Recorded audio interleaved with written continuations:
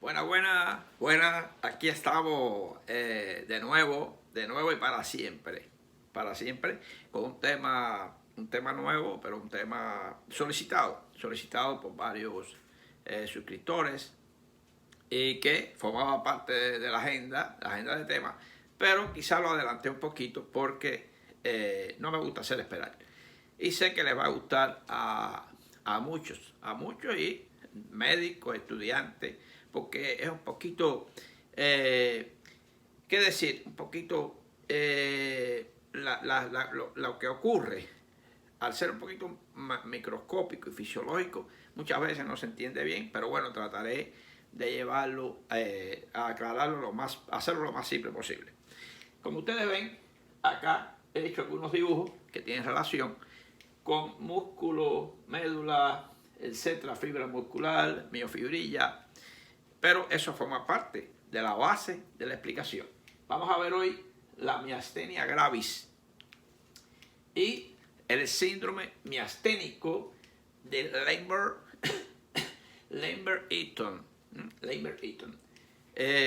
Muy interesante síndrome que muchas veces se presenta y por tantas enfermedades que pueden llevar a la debilidad muscular, muchas veces o no se piensa o es un poquito difícil de diagnosticar. Pero bueno, veremos entonces esto. Hoy estamos a noviembre 26.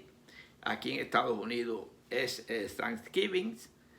Y felicidades a todo el que tenga relación, que ve este video, con esta fecha aquí, bueno, y en otros países que lo celebran también, porque es un día interesante, un día glorioso de este país, que damos gracias a todo lo que Dios nos ha dado y gracias a nuestro vecino. Bueno, en realidad, Thanksgiving, gracias por todo lo que tenemos y lo que nos ha llegado. Vamos a ver entonces, hoy, un breve recuento anatómico del músculo, lo que es músculo. Vamos a ver tipos de músculo en general, unidad motora, lo que es la unidad motora, la placa neuromuscular.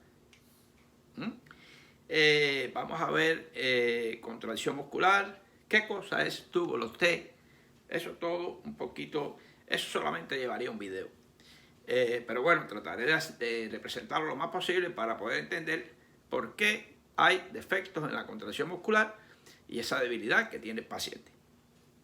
Repaso de sinapsis con respecto a la acetilcolina, calcio, exocitosis, muy importante, que es el mecanismo por el cual se vierte las vesículas que contienen la acetilcolina, miastenia gravis y el síndrome miasténico de Lambert-Eaton. Muy bien. Vamos a ver entonces, a grosso modo, voy a borrar el título para que aquí poner una pequeña explicación de algo que voy a poner ahí. Vamos a ver que existen varios tipos de músculos. Se clasifican de acuerdo a su constitución de fibra. Está el músculo, lo que es el músculo liso, y está el músculo estriado. Fíjense, el liso es involuntario y el estriado puede ser, el estriado es voluntario e involuntario. En el caso de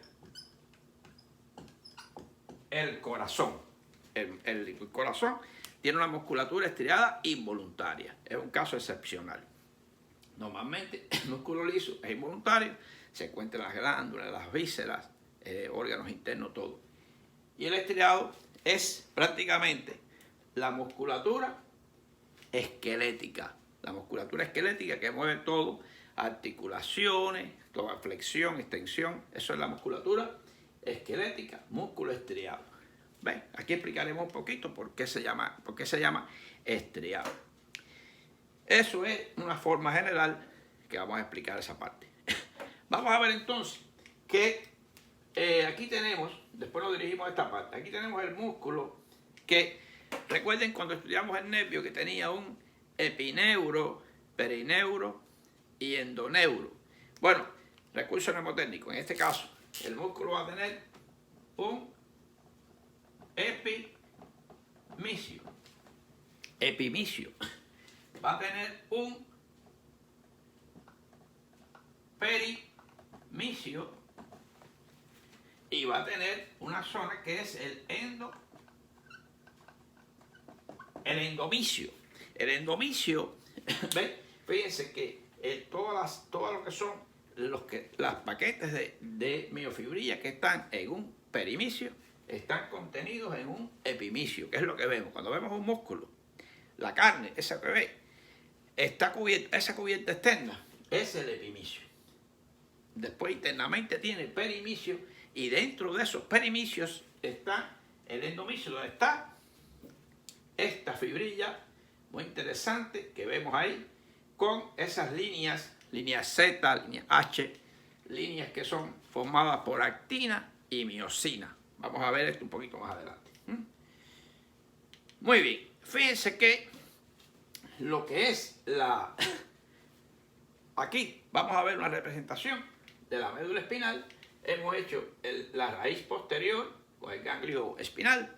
Tenemos aquí la raíz anterior, que de ahí sale el nervio o llega el nervio. Fíjense, esta raíz aquí, la raíz aquí, este es el nervio. Recuerden que este es el nervio aquí. Ese es el nervio donde tiene fusión de las dos aferencias y eferencias. Y hemos traído hasta el músculo lo siguiente. El nervio, al llegar al músculo esquelético, tiene varios elementos en su interior. Tiene elementos aferentes o fibras aferentes y tiene fibras eferentes que van hacia el músculo, formándose lo que se llama la unidad motora. La unidad motora. Muy importante eso.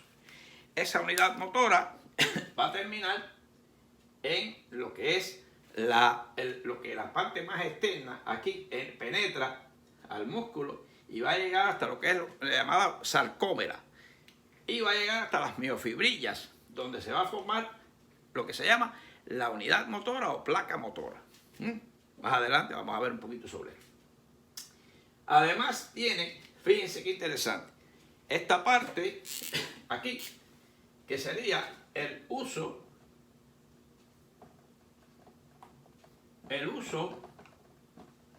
neuromuscular,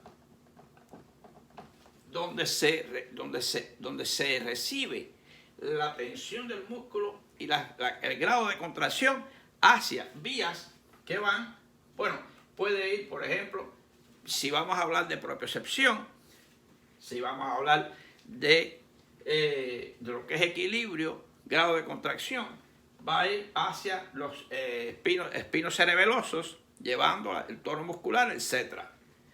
Y también tenemos el órgano tendinoso de Golgi en el tendón, especialmente para la propiocepción, la proyección consciente e inconsciente, que va también por fibras hasta la médula espinal. Toda esta parte, cuando vimos las vías propioceptivas, consciente e inconsciente, explicamos bien todo esto anteriormente. Muy bien, esta unidad motora y todo esto es en constante comunicación con lo que es el músculo. Fíjense entonces, si vamos aquí, vamos a ver importantemente aquí, fíjense en estos elementos aquí, que serían estos agujeritos. Esta es la fibra más finita, lo más profundo. Ahí sería la entrada de los túbulos T. Túbulos T, por donde entran los iones de calcio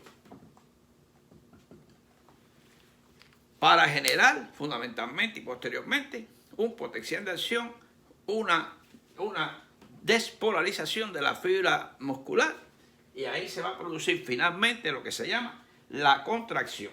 Fíjense que la contracción muscular. Aquí estaríamos hablando de la actina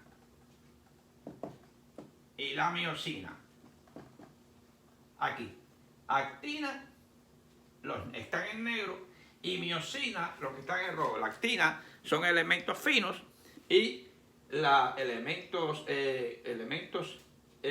finos y la miosina elementos gruesos que están dentro y ahí se van a traer a través, provocado en el momento del reflejo fisiológico de la contracción, y ahí es como viene la contracción muscular. Ya después, lógicamente, en la contracción muscular, cuando las mitocondrias han producido la cantidad suficiente de ATP,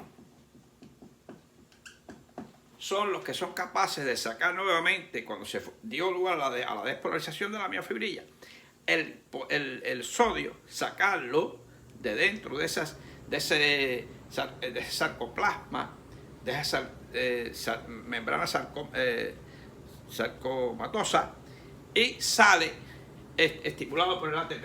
Si no hay suficiente ATP, el músculo se va a quedar prácticamente contraído.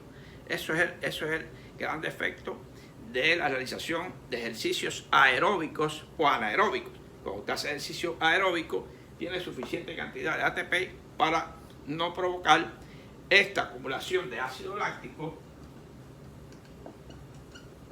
en lo que es estas áreas musculares y evita dolores, evita contracciones musculares.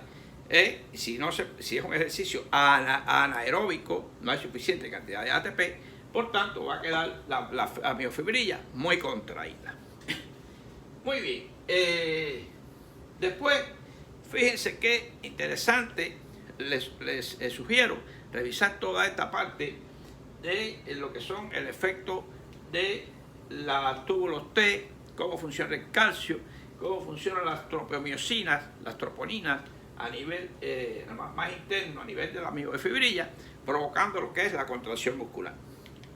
Bien, vamos a ver que nos vamos a ir de aquí con esta parte. Vamos a ver que la contracción y relajación muscular depende de las miofibrillas. Estas se disponen paralelamente, como dijimos, que contienen elementos de actina, que son los elementos delgados, y la miosina, que son los elementos gruesos. ¿Ves? Prácticamente. Estos elementos mencionados presentan el 85% y están conectados con la titina. Son sustancias más profundas que están en lo que es a nivel de muy cerca a lo que es el sarcoplasmático. Todo el músculo se llama sarcoplasma, sarcoplasmático, sarcolema, todo tiene sarco, es importante.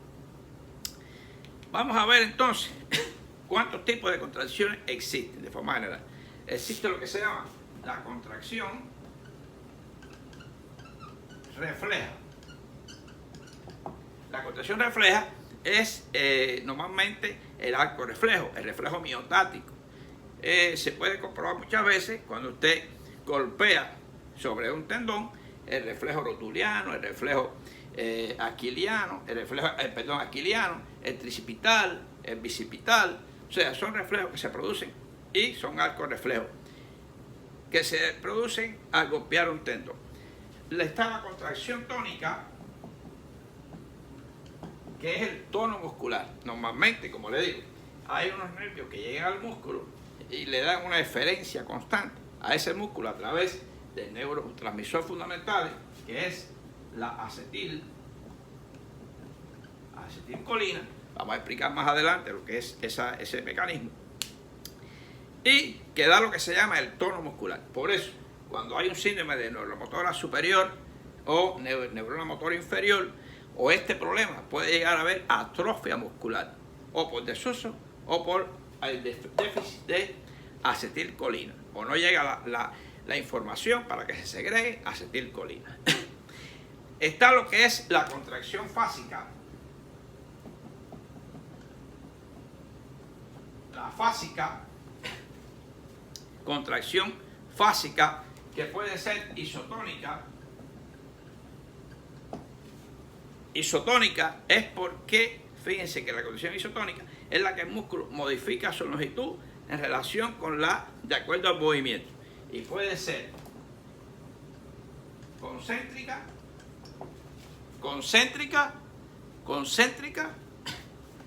o excéntrica. Excéntrica. Por ejemplo, en este caso hago la flexión, es concéntrica, mientras que los antagonistas están en excéntrica. Muy interesante eso. Y está la isométrica. Cuando usted hace este movimiento y lo deja fijo ahí, fijo, sin que el músculo cambie de longitud, no varía, eso es lo que se llama la contracción isométrica. El tema de contracción es muy importante, no es el tema hoy. Estamos en miastenia gravis y Lambert-Eaton. Vamos allá. Muy bien. Después de esta pequeña explicación, les digo que el calcio, no se lo olviden, es el electrolito importante en toda esta cuestión, y el ATP importante. Calcio para la contracción, ATP para la relajación. Grábense eso. Tenemos entonces lo siguiente. Pintamos aquí una especie de la llegada, por ejemplo, una puntita de esta, es eso que está ahí, para que se graben bien. Una cosita de esa de la unidad motora. Y aquí estaríamos hablando de la miofibrilla, donde van a haber receptores igual,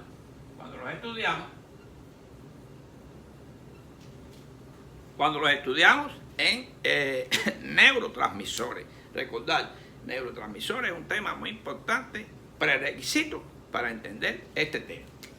Aquí tenemos entonces que aquí se van formando, en el aparato de Golgi, se concentra y se forman las vesículas con la acetilcolina, ACH. Y aquí van a haber receptores ACH tipo nicotínico. Bueno, puede haber muscarínico, pero eso es a nivel cardíaco, más bien. Y están los proteínas G. Pueden haber, esto es en forma general. En la miofibrilla nos va a interesar el nicotínico, muscular. Esto ya viene siendo lo que se llama la placa motora. Placa motora. Cuando llegó, forma la placa motora. Recuerden que este es el uso neurofibrilar, el uso muscular, y este es el tendinoso de Golgi. Este es el que nos va a interesar en este momento. Aquí viene lo siguiente: se acerca la vesícula conteniendo, ¿ven? Y finalmente aquí, por un mecanismo de exocitosis, se libera y va a llegar entonces al receptor. Esto que ocurre normalmente es importantísimo. ¿Cómo ocurre? Vamos a ver cómo ocurre más adelante ahora, cuando empecemos a explicar lo que es la miastenia gravis. Aquí, para este mecanismo de exocitosis, se necesita que el calcio haya entrado aquí adentro por un mecanismo, lógicamente, de difusión. Necesita que el calcio haya entrado. Él se une a una sustancia SNARE, sinaptomina, y de ahí forma un ligando, que lo vamos a explicar más adelante, y lo lleva directamente al receptor. Y ahí se produce entonces todo el mecanismo. Después que llegó la acetilcolina, es el neurotransmisor que va a provocar en esa miofibrilla ese potencial de acción, y asimismo la entrada de calcio dentro por los túbulos T, y va a provocar la contracción muscular. Vamos a ver entonces qué pasa. Bien, ¿qué es la miastenia gravis? Ya como tal, la miastenia gravis. Déjenme ir dejando mientras ahí para no. Es un trastorno autoinmunitario que altera la comunicación entre el nervio y el músculo. Hay algo intermedio ahí. Fíjense que el mecanismo para que un músculo no funcione puede ser provocado por una neurona motora superior, por una neurona motora inferior, pero al llegar a la neurona motora, al llegar al músculo, hay algo que impide la comunicación entre él y el músculo, él y lo que es la fibra muscular. Eso es la miastenia gravis. ¿De qué forma se produce? Vamos a ver ahora. Producción de episodios de debilidad muscular voluntaria, muy importante. Afecta a ambos sexos, un poco más en las mujeres jóvenes, por debajo de 40 años. Y en el hombre prácticamente mayor de 60. Prevalencia de 1 a 9 por 100.000 casos. Es un poquito no tan frecuente, pero se puede ver. La miastenia gravis es un trastorno de transmisión neuromuscular, como decía. Provoca fatiga y debilidad muscular. Vamos a ir quitando aquí ya esta parte del músculo para debilidad y fatiga. Muy importante. Es la persona típica que se levanta en la mañana y a medida que avanza el día pierde la fuerza muscular. Debido a que la acetilcolina que está ahí la utiliza, pero no más. Llega el momento en que ya no puede haber más acetilcolina y lógicamente porque hay un problema con el receptor que lo pasamos a explicar y hay acetilcolina en la hendidura sináptica, pero no es captada y entonces la fibra muscular interpreta como que no hay y entonces viene la debilidad. Es una base autoinmune reconocida de los años 1960 aproximadamente, asociada al timoma. Por eso uno de los tratamientos puede ser la resección final de lo que quede, los restos de timo o del timo en general, que crea anticuerpos contra los receptores de ACH. Muy interesante. Muy bien. La etiología se crean estos autoanticuerpos alrededor del receptor nicotínico, aquí, nicotínico contra receptor nicotínico, y a pesar de que la acetilcolina llegue, no se capta y entonces prácticamente no se reinicia la transmisión hacia ya sea el resto de la fibra o la miofibrilla muscular, porque puede ser también el sistema autonómico, lo vamos a ver después, o puede ser el sistema esquelético, cuando ya se encuentra lo que es la parte final del nervio con la miofibrilla a nivel del sarcoplasma internamente en la miofibrilla. Estos anticuerpos antiacetilcolina pueden bloquear la unión de moléculas de ACH con el receptor y desencadena la degradación inmunomediada de receptores de acetilcolina y sus adyacentes de membrana postsináptica. Muy interesante. Muy bien, aquí entonces vamos a ver que estos elementos, por ejemplo, podemos situarlos así, elementos que son estos anticuerpos van a atacar al receptor y lógicamente a pesar de que se segregue nuevamente por exocitosis la acetilcolina en cantidad suficiente, no es captada por el receptor nicotínico y entonces el resultado final será debilidad muscular o fatiga. Vamos a ver entonces, ahora bien, fíjense, esta parte ya vamos a quitarla aquí, dejando aquella. Vamos a ver entonces lo siguiente. Si pintamos aquí un cuerpo humano, vamos a pintar aquí aproximadamente lo siguiente. Vamos a ver cómo se distribuye esa debilidad muscular. Muy importante. El 95% está ubicado en los ojos y en el área de faringe, boca, etcétera, músculo de la masticación. 90%. Vamos a ver por qué. Muy interesante. 60% va a estar ubicado, perdón, fíjense qué interesante.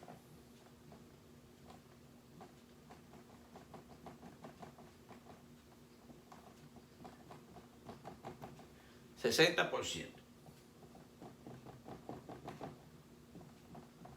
60% en la proximidad de miembro superior y tórax alto y muslos aproximadamente. Fíjense ahora, un 30% en las manos. 30%. Y finalmente un 10% sería en tórax y prácticamente y la parte de las piernas.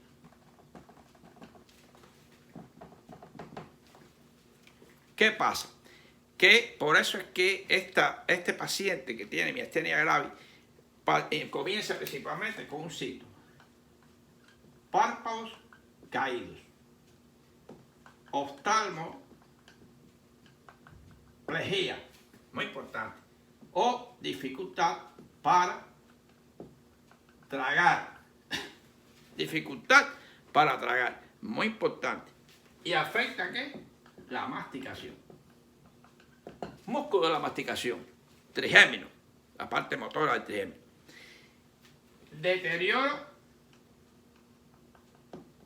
del habla, muy importante, prácticamente puede producir una disartria, y dijimos que dificultad para tragar. ¿Ven? Ya de ahí puede venir en general lo que es la debilidad muscular en los distintos centrípetas, prácticamente debilidad muscular, parecido también al síndrome miasténico de Lambert-Eaton, más adelante lo veremos, y prácticamente puede llegar a una crisis miasténica con dificultad para respirar. Muy importante ese dato que le estoy dando. Es una parte importante ver, pero el 90% el área de, por eso el paciente, tiene como mirada de astrónomo. Es un signo en semiología. ¿Qué? Porque él no puede elevar los párpados. Muchas veces tiene inclusive divergencia, estrabismo. Y tiene entonces lo que se llama la diplopía. Un dato muy interesante. Paciente que de pronto puede ser el sexto par, puede ser un problema con el tercer par. Habría que descartarlo. Pero en realidad la diplopía te habla de ese comienzo de miastenia gravis, a la vez que no puedo tragar, hablo un poquito alterado y tengo diplopía, miastenia gravis. Descártala, busca la que anda por ahí. Muy importante. El diagnóstico entonces puede ser clínico. El diagnóstico es clínico. Fíjense lo que le digo. La clínica es la madre de la ciencia. El médico tiene que saber clínica, aunque puede hacer un MRI. Tiene que saber clínica, puede hacer un electrocardiograma, electroencefalograma, una electromiografía, como lo hacemos aquí. Pero en realidad tiene que saber la clínica. Fíjense que se miden niveles de anticuerpos ACH,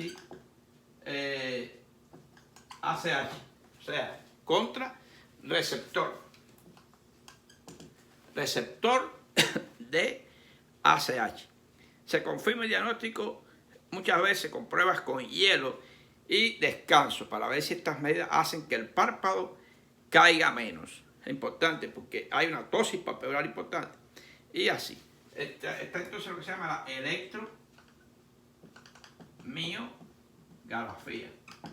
electromiografía. Y algunos fármacos que se dan de prueba, y si mejoró, me hace entender que es como un diagnóstico después del tratamiento. Me hace entender que es la miastenia gravis y evitan la progresión de la enfermedad. ¿Cuál sería el diagnóstico diferencial de la miastenia gravis? Sería, primero que todo, lesión del tercer par, del oculomotor. Lógicamente, si prácticamente estamos hablando de que actúa en esos músculos visuales, hay que ver, hay que descartar el nervio que inerva los músculos, importante, y el elevador del párpado, todo eso, importante. ¿Por qué no es una tosis total? Porque el simpático puede no estar alterado y me eleva el párpado con el músculo de Müller, que es accesorio del elevador del párpado. La esclerosis múltiple, ya la vimos en videos anteriores, la pueden revisar. Bueno, tumores del tronco encefálico, también embolia vértebro basilar, lo acabamos de ver en el video anterior. La ELA, esclerosis lateral amiotrófica, la enfermedad de Lou Gehrig o de Stephen-Hawking, esa enfermedad, y la poliomielitis.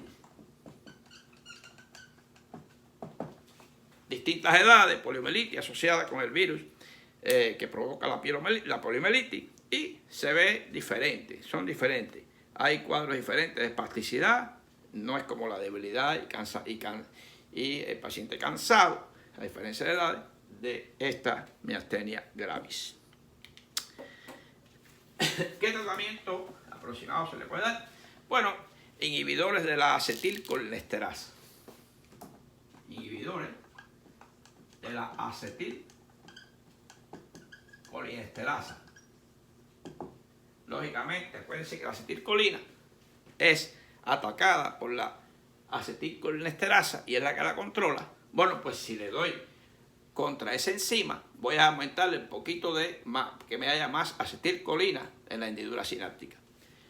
Puede usarse corticosteroides y resección.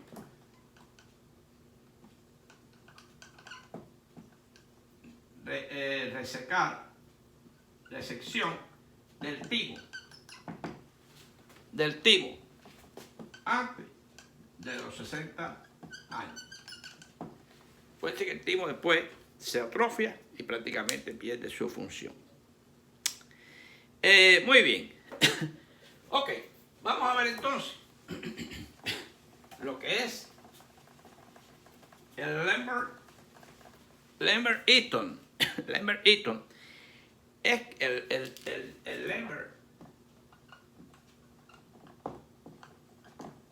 Lambert-Eaton síndrome, porque es síndrome. Recuerden que la enfermedad, sabemos ya lo que es, y este es el síndrome. Caracterizado por paresia, una paresia, debilidad de los músculos proximales, sobre todo cintura escapular y pelviana, como vimos representado en la miastenia gravis, pero en este caso es ahí particularmente, no ataca normalmente como exactamente prácticamente del tronco y de las extremidades inferiores. Matutina, que mejora con el correr del día, contrario a la miastenia gravis, recuerden. IgG anticuerpos. ¿Dónde va a estar ubicada para los anticuerpos? Para los canales de calcio. Para los canales de calcio no es lo mismo. Acuérdense que la miastenia gravis, yo se la voy a representar ahora. Vamos a ver ahora una cosa muy interesante. Miren, vamos a ver una cosa muy interesante aquí. Nos vamos de nuevo aquí a lo que habíamos hecho ahorita. ¿Ven? Aquí están, recuerden los receptores.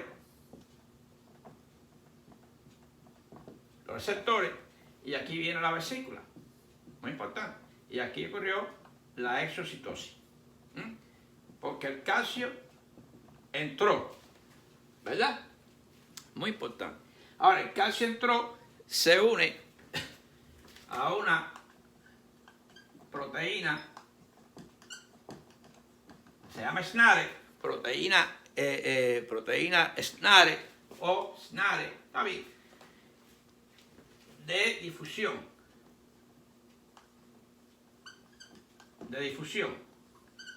Esto va a dar lugar a la unión de la a la sinaptobrevina, sinaptobrevina y proteína, y la proteína ligadora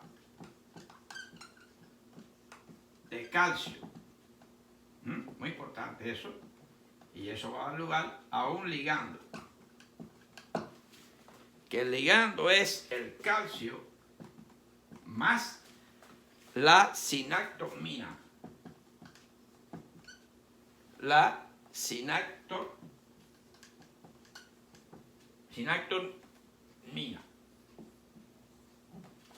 Muy importante esto. Y eso es lo que va a dar lugar, miren, a que se produce la isocitosis y lo lleva al receptor nicotínico. El calcio entró. Esto es lo que ocurre normalmente. Teníamos ahorita entonces los anticuerpos contra el receptor, que era la miastenia gravis. ¿Cuál es entonces el caso del Lambert-Eaton? Lambert-Eaton son anticuerpos contra los canales,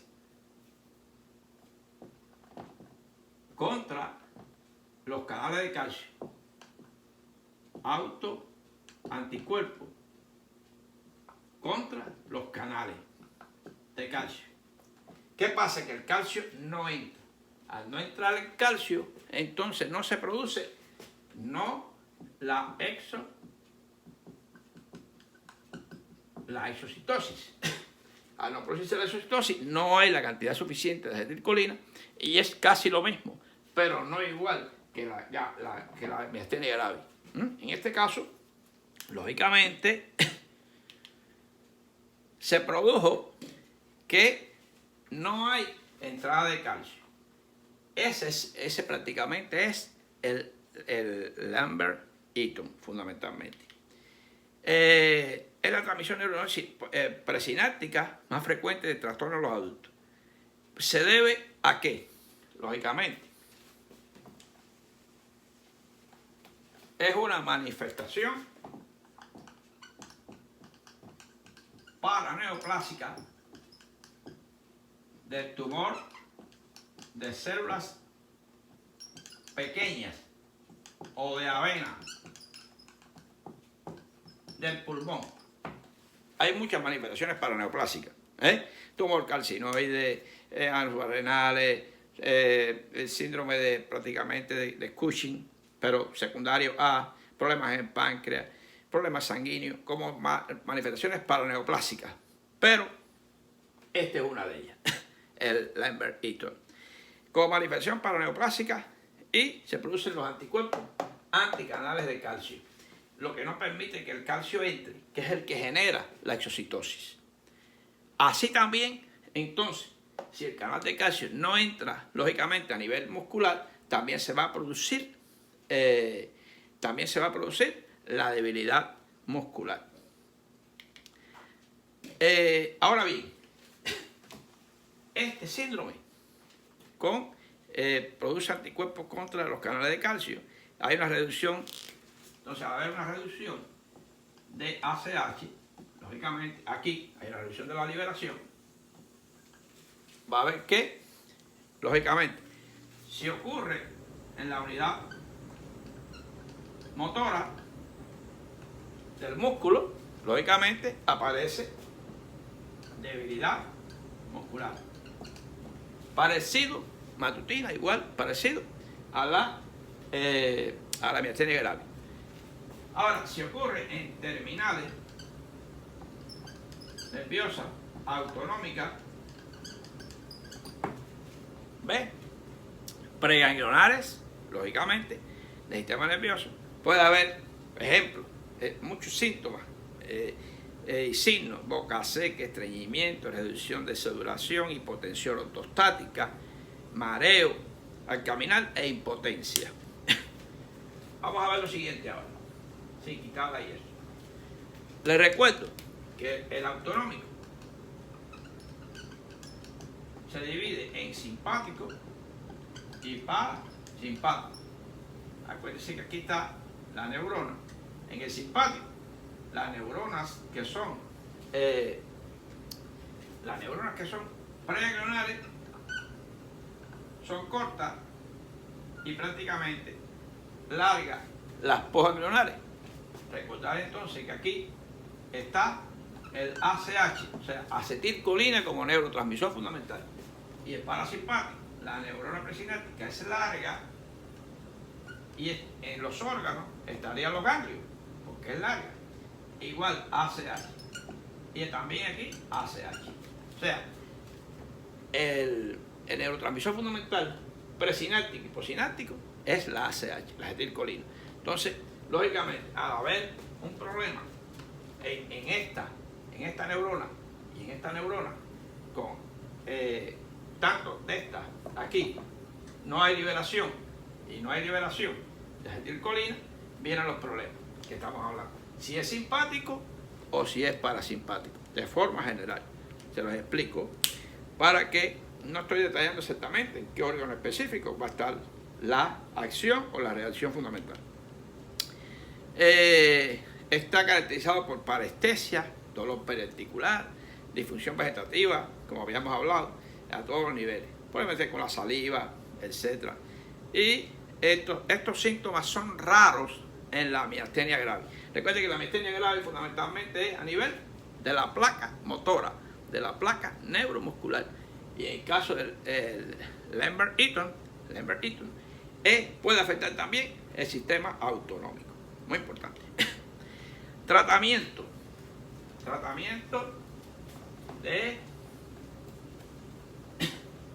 el tratamiento fundamental es 3,4 diaminopirina.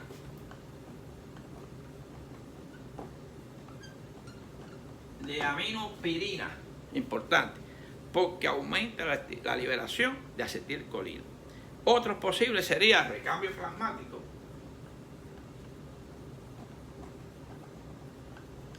Recambio plasmático se ha usado. Los esteroides también se han usado. Y agentes inmunosupresores.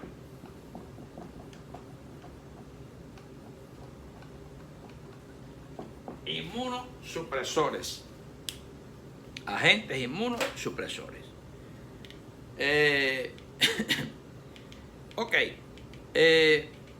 Prácticamente,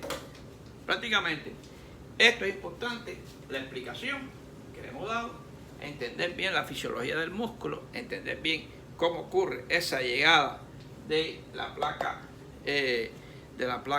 ese nervio a lo que es la placa motora, qué relación hay con esa miofibrilla, cómo penetra hasta llegar a las proximidades de la sarcómera, de la membrana sarcoplasmática, y ahí muy cerca estimula ya la entrada de calcio por los túbulos T, que llega a lo que es la contracción muscular, de no producirse esto, porque no hay el neurotransmisor adecuado, que es la acetilcolina. Viene todo lo que es el cuadro de la miastenia gravis o versus síndrome de Lambert-Eaton. Muy bien, pues nada, esto prácticamente ha sido la explicación de hoy. Y nada, seguimos conectados y pueden solicitar algún tema de neurociencia. Si está ya en los videos, porque bueno, a veces son tantos videos que quise estar en los videos, le aclaro en qué video está. Por tanto, nada, sigan compartiendo.